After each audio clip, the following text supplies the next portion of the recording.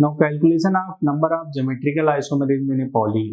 अगर किसी पॉलीन में या किसी एल्कीन में डबल बॉन्ड एक से ज्यादा है तो उसमें कितने ज्योमेट्रिकल आइसोमर पॉसिबल है। उसमें केस नंबर 1 ये है, दिस वन, कि अगर both ends of Pauline different हो, अगर पॉलीन के दोनों सिरे अलग अलग हो तो उस केस में जो नंबर ऑफ ज्योमेट्रिकल आइसोमर होंगे that is two the power n, this is, और जो n होगा, n is the number of double bond that can show geometrical isomerism, वो डबल बॉन्ड जो ज्योमेट्रिकल आइसोमेरिज्म शो कर सकते हैं।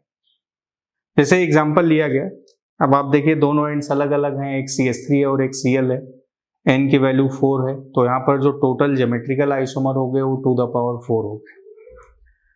तो अगर पॉलीन के बोथ एंड्स डिफरेंट हैं तो वहां पर जो ज्योमेट्रिकल आइसोमर होंगे वो टू द पावर n होंगे। नाउ केस नंबर 2 जो है, if both ends of polyene are same, अगर पॉलीन के दोनों एंड सेम है तो वहां पर जो नंबर ऑफ ज्योमेट्रिकल आइसोमर्स होंगे वो two the power n-1 plus two the power p-1 होगा, और जो p होगा this is equal to n/2 होगा इफ n इज इवन, और p इक्वल टू n+1/2 होगा इफ n इज ऑड। अगर n इवन है तो p इक्वल टू n/2, और अगर n ऑड है तो p इक्वल टू n+1/2। जैसे ये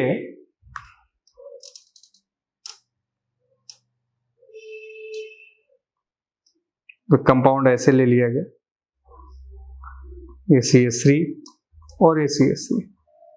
अब आप देखिए पॉलीन के दोनों एंड सेम, और यहां पर n की वैल्यू जो है वो 4 है, तो जो p की वैल्यू हो जाएगी दिस इज इक्वल टू 4/2,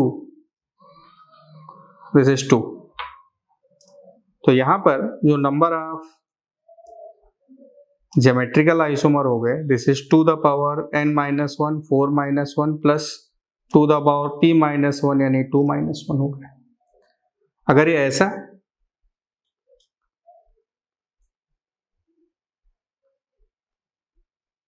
आप देखिए दोनों एंड सेम है, दोनों एंड पर Cl है, बट यहां पर n की वैल्यू 3 आ गई, तो जो p की वैल्यू होगी दिस इज इक्वल टू 3 + 1/2 यानी 4/2 यानी 2।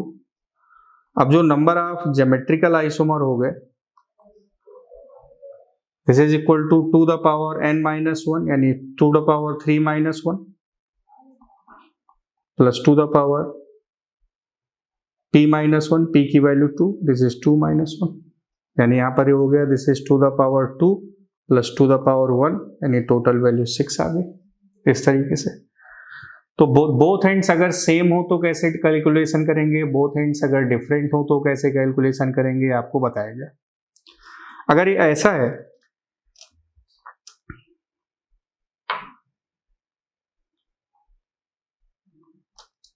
अब आप देखिए यहां पर दोनों एंड सेम नहीं है, दोनों एंड डिफरेंट है, क्योंकि ये Cl है और यहां डबल बॉन्ड से जुड़ा है, तो दिस इज CH2Cl। अब यहां n की वैल्यू 3 आ गई, अब यहां पर जो टोटल ज्योमेट्रिकल आइसोमर हो गए this is two the power 3 यानी आंसर 8 हो जाएगा, क्योंकि दोनों एंड सेम, सॉरी दोनों एंड डिफरेंट है, क्योंकि एक Cl है और एक CH2Cl। अगर कंपाउंड ऐसा है,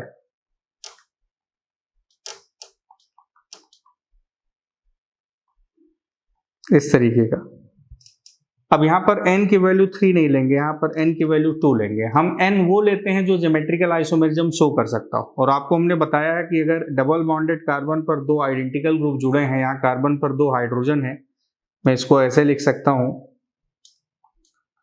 CH।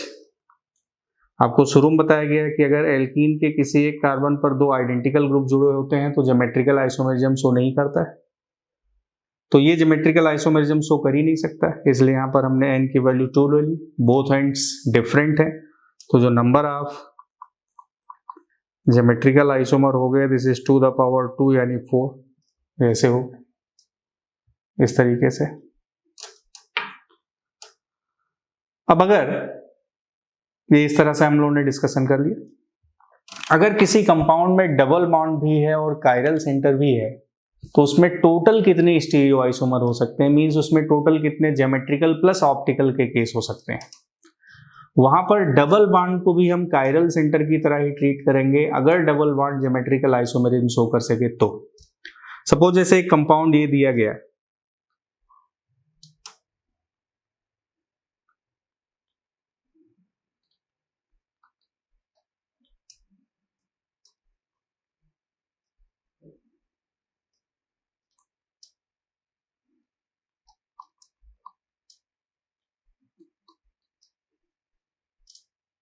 आपसे बोला जाए कि इस कंपाउंड में टोटल कितने स्टीरियो आइसोमर हो सकते हैं, total stereo isomers.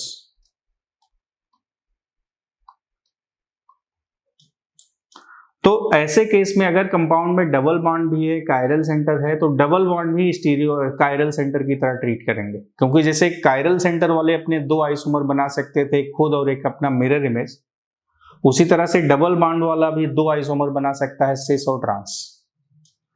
So now this is chiral centre, this is chiral centre, this one is chiral centre, this is chiral centre, और this double bond is treated as chiral centre क्योंकि ये geometrical isomerism show कर सकता है। इस carbon पर दो identical hydrogen हैं तो ये ज्योमेट्रिकल आइसोमेरिज्म शो नहीं करेगा। अब इस केस में टोटल स्टीरियो आइसोमर जो हो जाएंगे वो टू द पावर कितने हो जाएंगे, 5, इस तरीके से। अगर एक कंपाउंड ऐसे, this one, this double bond, this is pH,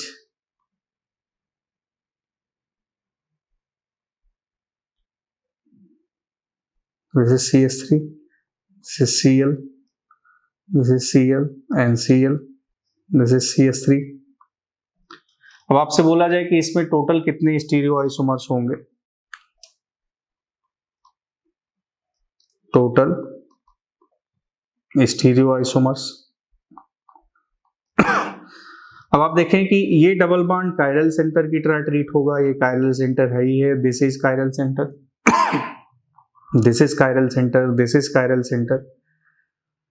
sorry, इस कार्बन को, ये जो डबल बॉन्डेड था इसको हम कायरल सेंटर की तरह ट्रीट नहीं करा सकते थे क्योंकि यहाँ पर दोनों आइडेंटिकल ग्रुप था। सॉरी, ये इस कायरल सेंटर की तरह ट्रीट नहीं होगा, बट ये कायरल सेंटर की तरह ट्रीट होगा क्योंकि ये CH3 और Cl दोनों अलग अलग हैं, यहाँ दोनों सेम थे इसलिए ये नॉन स्टीरियो सेंटर हो गया। अब इस केस में जो टोटल स्टीरियो आइसोमर्स होंगे, आप देखिए, now this is two the power, this is 1 2 3 4 5, यहाँ भी टू द पावर 5 हो जाएंगे इस तरीके से। इसको हम कायरल सेंटर की तरह ट्रीट नहीं करेंगे क्योंकि दोनों Cl आइडेंटिकल है, तो ये आइसोमेरिज्म शो नहीं करेगा। ये कर सकता है क्योंकि दोनों CH3 Cl, 1 2 3 4 एंड 5। सो इस तरह से किसी कंपाउंड में डबल बॉन्ड भी है, कायरल सेंटर भी है, तो कितने स्टीरियो आइसोमर हो सकते हैं we can calculate very easily.